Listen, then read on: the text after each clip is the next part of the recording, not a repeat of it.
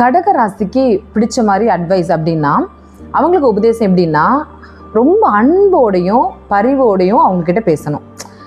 நீ ரொம்ப நல்ல பொண்ணு தான், நல்ல பையன்தான், சரி ஏதோ தவறில் இது பண்ணிட்ட அப்படின்னு அவங்கக்கிட்ட அப்படி நம்ம அப்ரோச் பண்ணால் மட்டும், அதாவது உபதேசமாக அவங்கக்கிட்ட கண்டிப்பாக போகக்கூடாது. ஒரு விஷயம் பண்ணிட்டாங்க அப்படின்னா அது டார்ச்சரிங் மாதிரி, இப்படி உலகத்தில் இப்படியா பண்ணுறாங்க, நீ ஏன் இப்படி பண்ணுறன்னு அந்த மாதிரி பேசினா அவங்களுக்கு பிடிக்காது.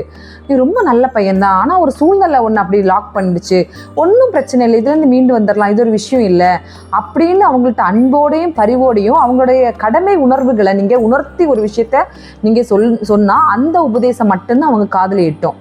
எடுத்த உடனே நீ இப்படி பண்ணிடலாமா, உனக்கு இப்படி எவ்வளோ ரைட்ஸ் இருக்குது பண்ணுறதுக்குன்னு கேட்டால் அவங்க அதை துளி அளவுக்கு கூட கேட்க கூட நிற்கும். அப்படியே கேட்டாலும் அந்த எரும மாட்டு மேலே மழை பெஞ்ச மாதிரி தான் கேட்டுட்டு இருப்பாங்களே தவிர அந்த காதில் அது விழாது.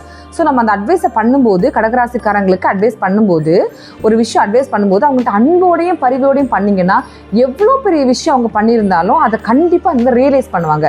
ரியலைஸ் பண்ணி கண்டிப்பாக ஒரு செகண்ட் கண்டிப்பாக அந்த நீங்கள் கொடுக்கக்கூடிய அந்த உபதேசத்தை ஒரே வார்த்தையில் கடகராசிக்கு நம்ம உபதேசம் என்ன மாதிரி கொடுக்கலான்னு சொன்னால், நீ நல்ல மனசிக்காரி தான், ஒன்றும் பிரச்சனை, உன் மனசை காப்பாற்றிட்டா எல்லாமே நல்லாயிருக்கும், உன் மனசை உன் மனசாட்சிக்கு கட்டுப்பட்டு நீ என்ன பண்ணுறியோ பண்ணு, அதுக்கிட்ட நீ கேட்டு ஒரு விஷயத்தை நீ பண்ணு அப்படின்னு சொல்லிட்டீங்கன்னா அவங்க தன்னோட மனதை காயப்படுத்துகிற மாதிரி எந்த விஷயத்தையும் பண்ண மாட்டாங்க. ஏன்னா அவங்க எல்லாருமே தவறில் விழுறது இயல்பு தான்.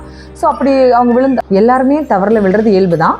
ஸோ அவங்க நீங்கள் நல்ல மனசுக்காரி தான், உனக்கு நீ தெரியாமல் இதை பண்ணிவிட்டு உன் மனசை காயப்படுத்தாமல் எதையினாலும் பண்ணு, மனசை கேட்டு எதுனாலும் ஒரு பண்ணுன்னு சொல்லிட்டு ஒரு வார்த்தை அட்வைஸ் கொடுத்துட்டிங்கன்னா அவ்வளோதான். அவங்கள்ட்ட நீங்கள் தான் அவங்க என்ன பிரச்சனை வந்தாலும் உங்கள்கிட்ட தான் உபதேசத்தை கேட்க ஓடி வருவாங்க.